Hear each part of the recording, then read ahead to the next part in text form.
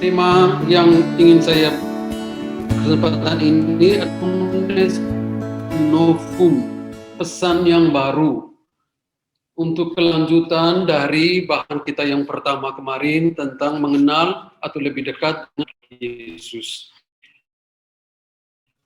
Sebenarnya bahan ini kita beberapa minggu yang lalu, tetapi karena satu dua dan lain hal hari ini. Pertama, sebagaimana dalam webinar kita yang pertama, kita sudah menyinggung tentang latar belakang ajaran dan pengalaman Santa Teresa dari kanak-kanak Yesus yang pada saat itu dipengaruhi oleh aliran Jansenisme yang mengedepankan Allah sebagai seorang hakim, Allah yang menghukum, Allah yang siap untuk menimba segala hal kepada manusia sesuai dengan apa yang dibuat oleh manusia. Jadi Jansenisme itu seperti kita sudah lihat panjang lebar kali lalu bahwa Allah itu Allah yang menakutkan. Allah yang membuat manusia itu harus berbuat baik, harus baik sebagai berjuang. Lalu Santa Teresa, dia merasa diri tidak sanggup untuk memenuhi seperti yang diajarkan oleh Jansenisme. Dia memperkenalkan arah Allah ini, maka bukan jalan kecil yang membiarkan dirinya untuk tetap pendasaran Allah sebagai Bapa. Nanti sebentar kita akan lihat bagaimana konsep dasarnya, dasar yang memunculkan konsep tentang spiritualitas kanak-kanak. Baik, itu sekedar ringkasan sebagaimana apa yang kita lihat kali lalu. Yang kedua, Santa Teresa kecil dalam rancangan PBB untuk tahun 2023. Seperti kita ketahui, atau mungkin yang ada yang banyak yang belum tahu, bahwa pemerintah Prancis telah mengajukan Santa Teresa kanak-kanak Yesus sebagai satu tokoh pendidikan dan tokoh kultural, tokoh budaya untuk diperingati dalam organisasi PBB.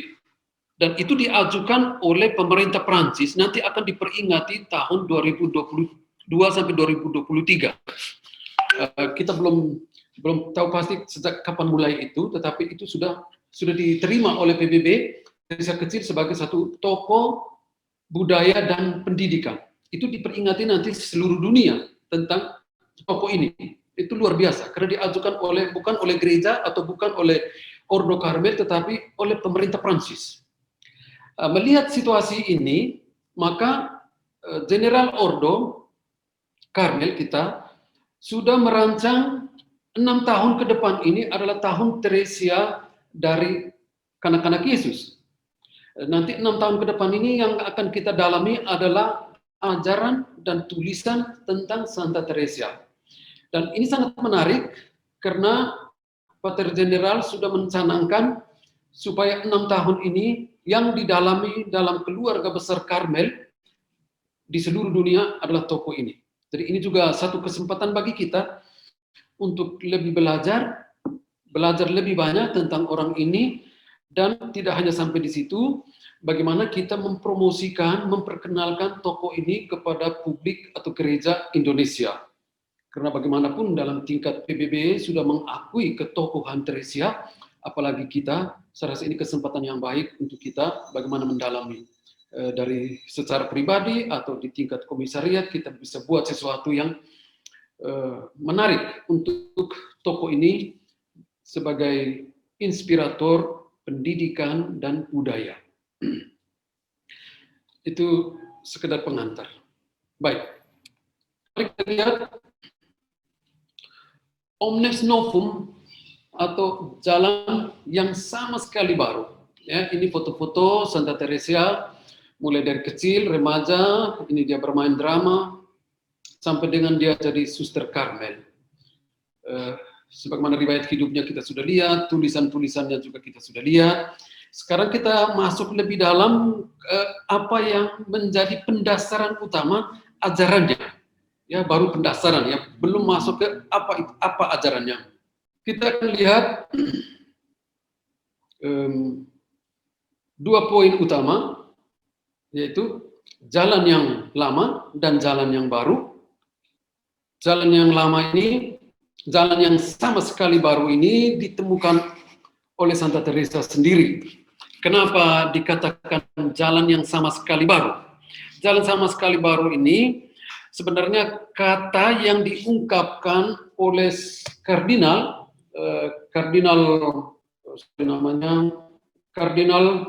Pacelli yang kemudian nanti jadi Paus. Kardinal ini menjadi utusan Paus Pius ke-11 ke Biarritz pada tanggal 11 Juli 1937. Dia yang mengungkapkan kalimat ini, jalan yang sama sekali baru. Kita kutip pernyataannya. Santo Agustinus seorang yang berlian dalam kecerahan dan kecerdasan. Santo Thomas Aquinas sudah memberkasi jiwa-jiwa dengan satu cahaya yang tak terbandingkan. Mereka sangat pantas mendapatkan Kristus dan ajaran mereka sungguh sangat dikenal. Ya, Agustinus dan Santo Thomas Aquino. Puisi hidup ilahi dari Santo Fransiskus Assisi yang melaluinya semua orang, jutaan manusia di dunia ini belajar bagaimana mengasihi Allah dan mengasihi sesama atau ciptaan lebih sempurna.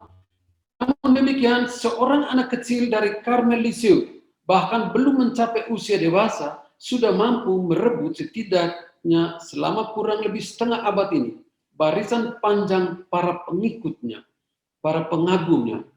Para ahli hukum harus kembali belajar bagaimana menjadi seorang anak kecil di sekolah Teresia ini. Dan beliau begitu besar, oh Santa kecil, dan keluarga spiritualmu, Karmel, artinya sungguh tak terbilangkan. Ini pernyataan dari seorang kardinal yang menjadi utusan Paus. Jadi ini satu pengakuan dari gereja tentang ketokohan, pengalaman, dan ajaran orang ini. Pengakuan gereja ini namun kemudian mencapai puncaknya pada tahun 1997 ketika Santa Teresa Lisieux ini diangkat menjadi pujangga gereja. Pujangga, doktor gereja. Orang yang diangkat jadi pujangga itu kriteria utama dan satu-satunya adalah mereka yang ajarannya itu tidak dimiliki oleh orang lain, artinya dia tidak mengikuti, ya, mengopi apa yang diajarkan oleh orang lain. Tetapi ini temuan pribadi, dan temuannya ini mempengaruhi sejarah teologi dan sejarah spiritualitas di dalam gereja Katolik. Nah, itu menjadi orang yang spesial. Sehingga kita di Karmel itu ada 3 tokoh yang mempunyai pengakuan universal dari gereja Vatikan, ya, dari Vatikan. Santo Yohanes dari Salib, Santa Teresa dari Yesus, dan Santa Teresa dari kanak-kanak Yesus. Baik. Sehingga jalan yang ditemukan oleh Santa Teresa ini memang benar-benar baru, ya. Baru dalam arti bukan ajarannya itu, tetapi implementasi dan aplikasinya dalam kehidupan berdasarkan Injil, berdasarkan ajaran Yesus yang sama sekali baru, yang belum pernah diajarkan oleh orang lain.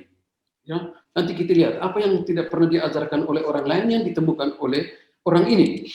Kita lihat poin pertama, jalan lama. Jalan lama ini mau katakan ini salah satu karakter, boleh dikatakan karakter negatif dari spiritualitas Teresia kecil.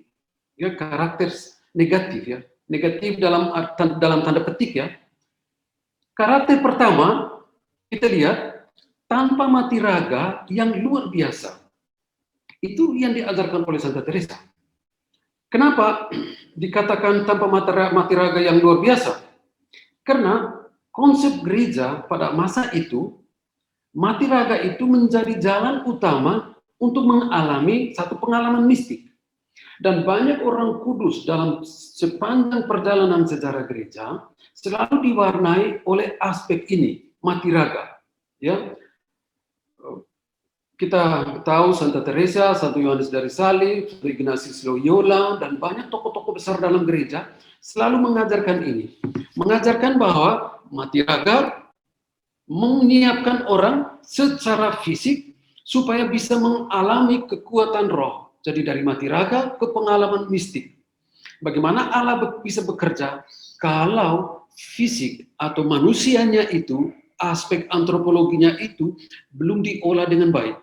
Maka tokoh-tokoh spiritual atau teolog-teolog yang lama itu coba mereka menempatkan mati raga sebagai tangga pertama untuk sampai kepada satu pengalaman mistik. Dan mati raga itu bagi mereka sesuatu yang seharusnya ada supaya bisa mengalami satu pengalaman mistik. Sehingga mati raga itu boleh dikatakan sangat mempengaruhi perjalanan hidup rohani seseorang. Kita kenal yang paling modern misalnya Padre Pio. Ya. Padre Pio punya stigmata itu satu mati raga supaya bisa sampai kepada pengalaman mistik. Tapi Santa Teresa dia mengakui diri bahwa dia tidak sanggup sampai ke tingkat yang seperti itu. Dia terlalu kecil untuk bisa bermati raga. Dia terlalu rapuh, terlalu lemah untuk membuat satu mati raga yang luar biasa, yang menarik perhatian, yang bisa dikagumi oleh banyak orang, atau bisa dilihat sebagai sesuatu yang luar biasa, yang hanya berasal dari Tuhan. Santa Teresa mengaku itu bahwa dia tidak bisa yang luar biasa demikian. Maka untuk dia, bukan berarti mati raga itu tidak penting, atau mati raga itu tidak dikedepankan, tetapi mati raga yang mau dibuat oleh Santa Teresa itu adalah yang dihidupi setiap hari, yang dijalaninya setiap hari. Itu mati raga. Apakah mati raga yang dia jalani setiap hari dengan mati raga misalnya orang yang tidak makan, ya, orang yang berpuasa, berpantang, apakah tidak sejajar nilainya dengan mati raga yang dibuat oleh Santa Teresa dalam hal biasa setiap hari? Contoh, ketika suatu kesempatan mereka mencuci pakaian, ada satu suster yang punya temperamennya kurang bagus, merciki dia dengan air. Dan dia begitu tersinggung, tetapi untuk menghindari itu, dia menjauhi orang itu. Dan dia tidak mengatakan apa-apa. Lalu dia mengatakan, saya sudah menang untuk mengalahkan diri saya sendiri. Ini mati raga, tapi bukan mati raga yang luar biasa. Suatu kesempatan, ketika mereka bersama suster yang lain, teman susternya, membuat sedikit keributan di dekat kamarnya Priorin, dan ketika Priorin keluar dari kamar, mendapati mereka berdua, lalu teman susternya ini mengeluarkan kata-kata tuduhan kepada Santa Teresa, Teresa kecil. Dia katakan, Madre, ini Teresa kecil ini yang membuat gaduh, Teresa kanak-kanak Yesus. Teresa ini yang membuat gaduh sehingga bikin keributan di sini. Dan dia mengatakan itu dengan penuh kejengkelan, seakan-akan memang Teresa yang buat.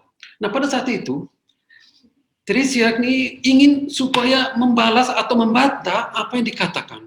Tetapi dalam batinnya, pergumulan yang hebat itu, dia coba lari dari situ, balik, dan dia pergi dari situ, tetapi dia tidak bisa berlangkah lebih jauh. Kenapa? Karena dia tidak sanggup lagi, terlalu kuat pergumulan, ingin menjawab, ingin membantah. Sehingga dia begitu lemah dan dia terduduk di tangga. Dan dari tangga, dia mendengar suster itu mengatakan segala hal. Sehingga dia mengumpamakan bahwa kata-kata yang dikeluarkan oleh temannya ini kepada Priorin untuk mempersalahkan Santa Teresa seperti Camilo yang membenci kota Roma. Seakan-akan dia membandingkan itu, kejengkelan yang diluapkan oleh temannya ini untuk mempersalahkan Teresa. Tetapi ketika Teresa dengar itu, dia betul-betul menahan diri, merasakan bagaimana dia berjuang untuk melawan itu. Dan setelah itu dia katakan, saya menang, karena dia tidak membalas. Ya.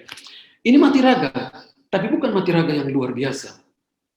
Ini satu pengalaman harian yang bisa dibuat oleh siapa saja, kapan saja, dan di mana saja. Ya, tanpa mati raga yang luar biasa. Itu jalan lama pertama. Kedua, tanpa pengalaman mistik. Kalau kita lihat tokoh-tokoh gereja Katolik sebelumnya, selalu mengedepankan pengalamannya akan Allah, ya, yang luar biasa, entah ekstase, vision, penglihatan, satu pengalaman sukacita dalam doa, Dan semua itu diceritakan oleh teolog-teolog sebelumnya. Dan Santa Teresa ketika membaca itu, dan dia membaca pengalaman Yohanes dari Salib dan pengalaman Santo Enrique de Oso yang mengisahkan tentang pengalaman-pengalaman mistik. Tetapi ketika membaca itu, dia katakan, Teresia, engkau lebih baik tetap menjadi kecil. Karena pengalaman-pengalaman seperti itu bukan untuk engkau. Tetapi itu untuk orang lain. Engkau ada pengalaman yang lain. Nah, pengalaman mistik yang seperti ini yang diceritakan oleh, katakanlah oleh Santa Teresa atau Yohanes dari Salib, untuk Santa Teresa kecil itu jalan yang sangat tinggi bagi dia, jalan yang sangat terjal untuk dia untuk bisa alami. Tetapi bukan berarti bahwa dia tidak mempunyai pengalaman mistik. Karena ketika dia ingat kembali, ketika dia masih kecil, dia berjalan-jalan dengan bapaknya di taman, dan dia berlari-lari, lompat-lompat di taman, dan dia merasa begitu damai. Dan dia katakan, oh mungkin ini doa saya itu yang seperti ini. Pengalaman mistik, pengalaman saya tentang Allah itu ini. Karena dia merasakan bahwa ketika dia bermain-main bersama bapaknya, itu adalah doa dia. Bagaimana seorang Allah yang mendampingi seorang anak untuk mengalami kerahiman Allah. Nah, pengalaman masa kecilnya itu terbawa menjadi sebuah pelajaran bagi dia bahwa doa itu suatu pengalaman tadi dengan Allah yang adalah Bapa yang senantiasa mendampingi, memperhatikan dan menuntun. Itu pengalaman mistik untuk dia. Dia merasa sangat disayang oleh bapaknya dan apalagi oleh Allah. Jadi bukan pengalaman mistik yang begitu luar biasa yang tidak bisa dialami oleh orang lain. Ya, yang tidak bisa dialami oleh orang-orang sederhana atau oleh orang-orang yang sibuk setiap hari. Tetapi sebaliknya, dia justru melihat bahwa pengalaman seperti ini, pengalaman bahwa dia dikasihi, dia didampingi, dia disertai di dalam perjalanan hidupnya oleh seorang Bapa yang baik, itulah pengalaman mistik dia. Jadi pengalaman akan kerahiman seorang Bapa, itu untuk dia pengalaman mistik. Jadi bukan satu pengalaman vision, ya, mengalami Allah yang turun ke dalam diri, ya, bersatu dengan Allah seperti yang dikisahkan oleh Santa Teresa. Dia melihat dirinya, melihat Yesus itu seperti melihat di dalam cermin, ya, melihat di dalam cermin. Yesus yang ada di dalam cermin dan dia ada di dalam Yesus. Itu pengalaman mistik Santa Teresa dari Yesus, ya, Santa Teresa dari Yesus yang dikisahkan di dalam buku hidupnya. Tapi untuk Santa Teresa kecil ini, dia merasa itu terlalu tinggi untuk dia. Tetapi karena tidak terlalu tinggi itulah, maka sebuah pengalaman mistik dalam kesibukan setiap hari. Sehingga dikatakan tanpa pengalaman mistik yang istimewa. Itu jalan lama kedua. Jalan ketiga, karakter negatif yang ketiga, tanpa metode doa yang spesifik. Kenapa tanpa metode doa yang spesifik? Karena kalau kita lihat dalam sejarah teologi doa, awalnya Santo Benediktus itu membuat Lectio Divina yang sampai sekarang orang masih pakai. Itu satu metode doa yang sederhana dengan menggunakan kitab suci. Kemudian abad pertengahan, Santo Ignatius mulai memperkenalkan metode latihan rohani.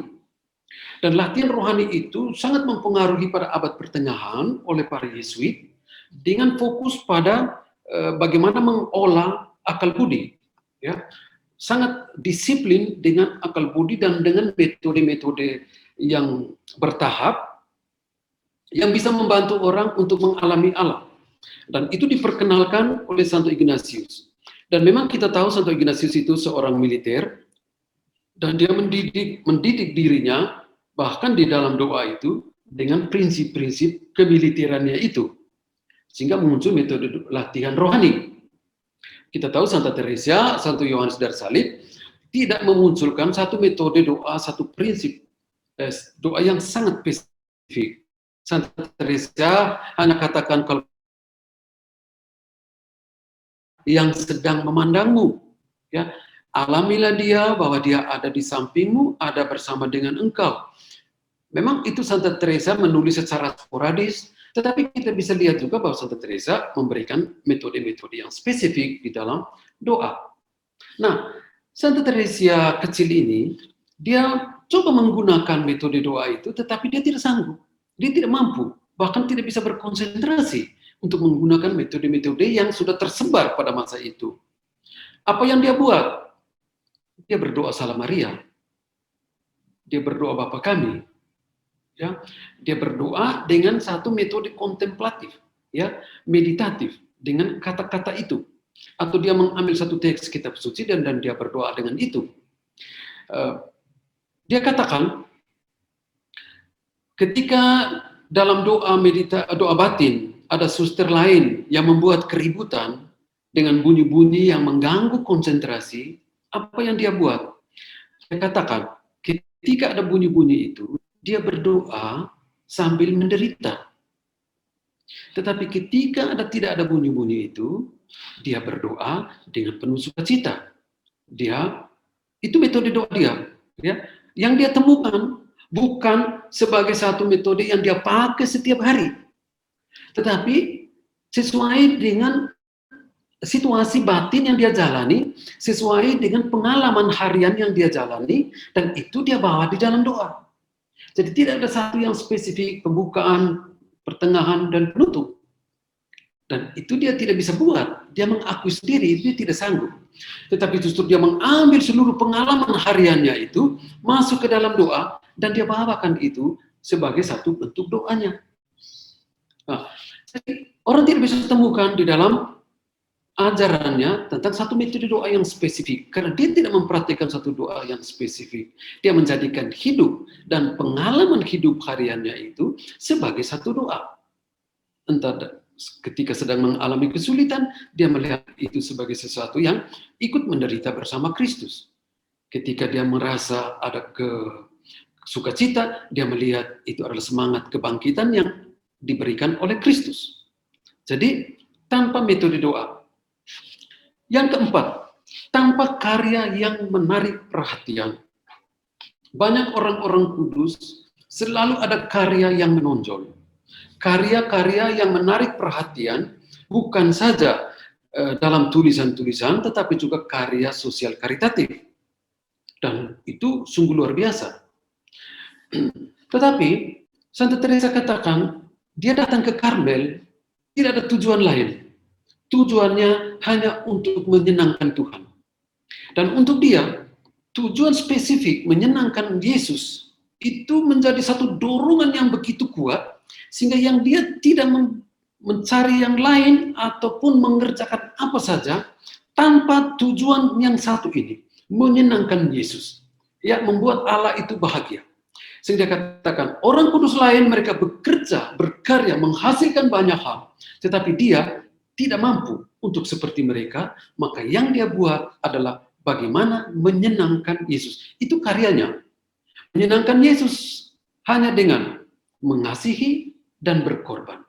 Itu dua hal yang menjadi dasar utama bagaimana karyanya itu, ya, seluruh karya, rutinitas, hidup, doa, apapun yang dia buat di dalam komunitas setiap hari, dengan dasar pertama, dua dasar ini, mengasihi dan berkorban. Untuk apa? Untuk menyenangkan Yesus. Tidak ada yang lain. Sehingga ketika dia diminta untuk menulis pengalaman-pengalamannya, dia hanya menulis ini untuk menyenangkan Tuhan. Ya, untuk menyenangkan Tuhan lewat mereka yang meminta untuk menulis. Ya, kakaknya sendiri, Mother Agnes dan Mother Genoveva. Itu kakaknya sendiri yang meminta, sebenarnya diminta untuk tulis hal-hal yang bisa menjadi warisan untuk keluarga. Tetapi justru di situ dia menulis bagaimana Allah berkarya dalam dan lewat dirinya. Bagaimana dia bisa mengalami, ya, bisa merasakan karya Tuhan di dalam perjalanan hidupnya. Maka karena itu, dia berusaha supaya Allah benar-benar dihibur oleh cinta dan pengorbanannya. Baik, ini 4 poin ya yang sangat sederhana, yang menurut dia dan menurut teolog-teolog sesudah yang menganalisa tentang poin-poin ini merasa siapa yang tidak bisa buat ini? Siapa yang tidak mampu untuk buat ini? Siapa saja, entah dia itu religius, entah dia itu awam, entah dia itu sibuk dengan pekerjaan yang bagaimanapun, dia bisa buat ini. Tanpa mati raga yang luar biasa, tanpa pengalaman mistik yang spesifik, tanpa metode doa yang spesifik, tanpa karya yang menarik perhatian. Sehingga ketika dia mau digelari beata dan orang kudus, orang mencari apa karyanya. Apa karyanya yang menonjol? Apa karyanya yang bisa membuat orang itu kagum? Tidak ada. Tetapi di balik kehidupannya itu ada 2 hal yang membuat orang begitu kagum, yaitu korban dan cinta. Sehingga dia katakan, saya mau keliling dunia, saya mau menjadi misionaris dengan korban dan cinta. Itu jalan lama. Mari kita lihat poin yang kedua. Jalan baru. Boleh dikatakan karakter positif spiritualitas Teresa kecil. Ini menarik sekali karena ini dasar-dasar teologis yang membuat dia bisa dianggap atau diakui sebagai teolog, ya, teolog pujangga gereja. Pertama, dogma kebapaan Allah. Dogma kebapaan Allah untuk Teresa, Allah itu adalah Bapa. Tidak ada Bapa yang tidak membebaskan jalan atau tidak mempersiapkan jalan yang baik untuk anaknya. Tidak ada seorang Bapa yang memberi cobaan kepada anaknya yang tidak bisa diatasi oleh anaknya. Dan karena dogma kebapaan Allah inilah, maka dia berusaha untuk tetap menjadi seorang anak dari seorang Allah yang adalah Bapa. Ya, dari seorang Allah yang adalah Bapa untuk dia. Dan itu dasar yang paling kokoh untuk Santa Teresa, melihat Allah, mengalami Allah, menjadikan Allah itu Bapanya. Bapa, ya, dalam konteks kemanusiaan kita, Bapa itu selalu memberikan pengharapan, selalu memberikan kekuatan, selalu memberikan jaminan, selalu memberikan kenyamanan, melindungi, mendampingi, membuat anaknya itu berbangga memiliki Bapa. Itu untuk Santa Teresa sangat kuat dan harus menjadi dasar bagi dia untuk tetap menjadi anak, untuk tetap menjadi anak kecil, supaya kebapaan Allah ini bisa sungguh-sungguh meresap, bisa sungguh-sungguh masuk dan menjadikan kebapaan ini dasar untuk membangun perjalanan hidup rohaninya dalam menjumpai Allah. Karena Allah yang adalah Bapa akan menuntun anaknya untuk sampai kepada Allah juga. Karena kebapaan Allah inilah yang menjadikan Teresa yakin bahwa dia harus tetap menjadi seorang anak kecil. Ya, di tulisan saya itu bisa dibaca bagaimana pernyataan-pernyataan atau dasar-dasar yang menjadikan dogma kebapaan Allah ini benar-benar kuat dan mempengaruhi pilihan dirinya, pilihan hidupnya untuk tetap menjadi seorang anak di hadapan Allah. Ya, Allah yang adalah Bapa dan Bapa yang selalu mengasihi. Ya, Bapa yang selalu mengasihi, Bapa yang tidak mungkin menghukum, tidak mungkin menghakimi, Bapa yang tidak mungkin memberikan penderitaan atau memberikan kesulitan-kesulitan bagi dia di dalam hidupnya. Ini konsep, ini pengalaman pribadi dia tentang Bapanya sendiri dan juga tentang Allah sendiri. Ini juga menjadi dasar bahwa seorang anak itu selalu mengharapkan penyelenggaraan. Apa yang dikehendaki oleh Bapa itu terjadi di dalam diri untuk mewujudkan harapan yang datang dari Bapanya. Itu dogma kebapaan Allah. Itu nanti kemudian kalau kita mulai baca konsep-konsep tentang jalan kecil, tentang bagaimana menjadi tetap sederhana, tentang bagaimana terus mencintai, itu karena dogma ini. Karena dogma dari dogma kebapaan Allah. Itu pertama.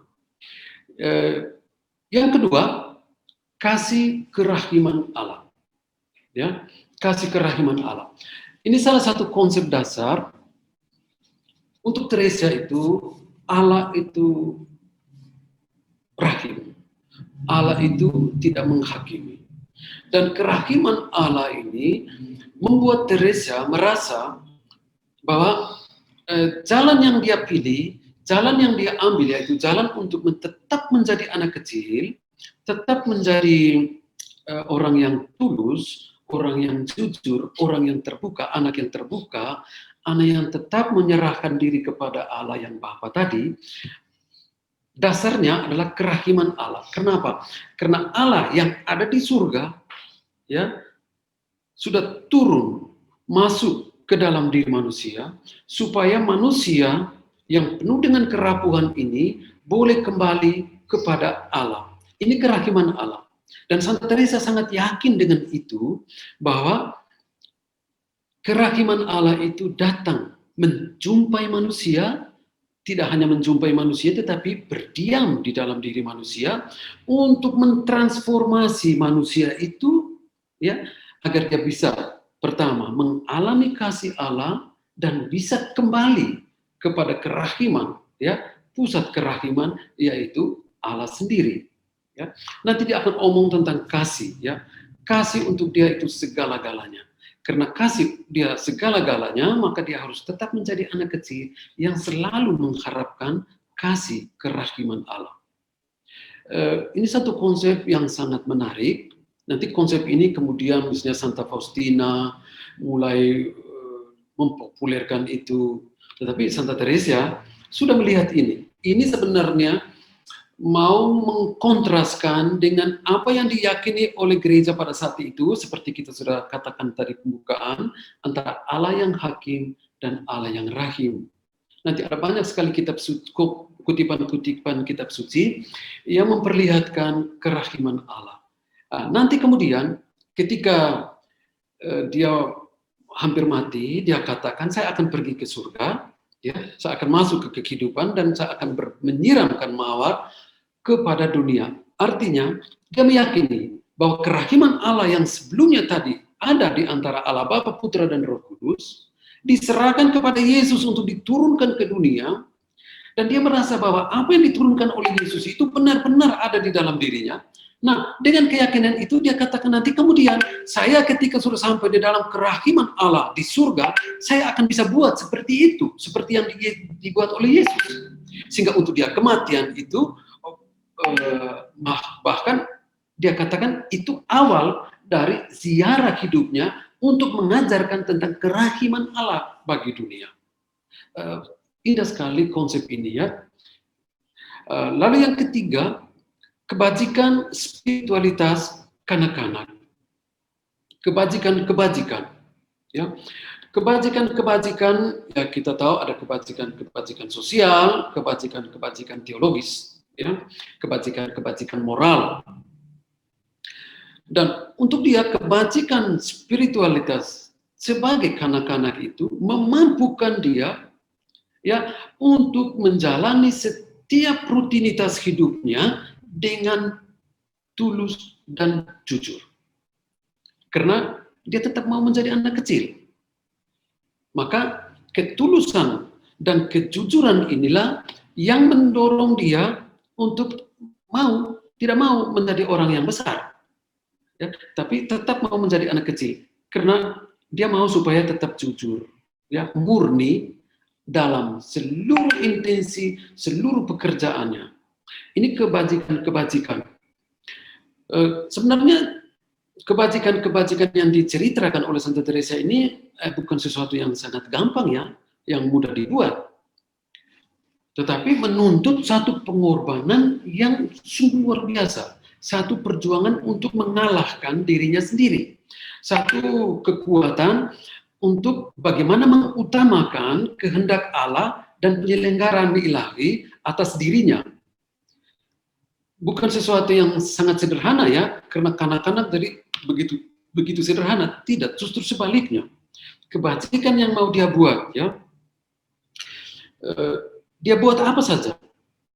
Katakanlah dia mau menyapu, dia mau membersihkan rumah, dia mau berbuat baik untuk sesama, dia mau mengalah dengan orang lain, atau dia mau mengutamakan orang lain, menggembirakan sesamanya. Dia berusaha bagaimana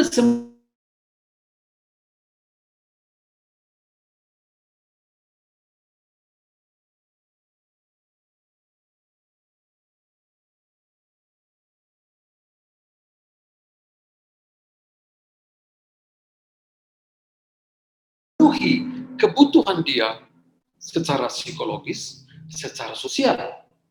Misalnya dia membuat kebajikan ini untuk mendapat pengakuan dari orang lain sebagai orang yang baik. Itu tidak terlintas. Maka dia berjuang supaya itu tidak terjadi. Dan untuk bisa tidak terjadi, maka dia harus tetap menjadi anak-anak yang polos, yang jujur, yang apa adanya. Ya, ini kebajikan spiritual ya, saya omong secara garis besar saja, nanti di dalam diskusi baru kita perdalamkan lagi. Baik, itu dua pokok besar, jalan yang lama dan jalan yang baru. Ini sebenarnya dasar-dasar teologis untuk membangun konsep atau ajarannya tentang jalan kecil, tentang kebajikan harian, tentang kebapaan Allah, tentang kerahiman, tentang panggilanku adalah cinta. Nanti kita akan mendalami konsep-konsep itu entah bersama atau secara pribadi, tetapi dasarnya itu ada di sini, ya. Dasarnya ada di dua pokok besar ini. Jalan lama tanpa mati raga, tanpa pengalaman mistik, tanpa metode doa, tanpa karya yang menarik perhatian. Jalan baru, Allah sebagai Bapa. Kebapaan Allah menjadi kekuatan. Allah yang rahim. Kerahiman Allah mendorong dia untuk juga menjadi rahim, menjadi baik, menjadi empati dengan orang lain. Dan kebajikan membuat dia dalam rutinitas hidup setiap hari di komunitas bekerja dengan jujur dan sempurna. Hanya satu tujuan, untuk menyenangkan Yesus. Begitu kira-kira saya kembali ke moderator.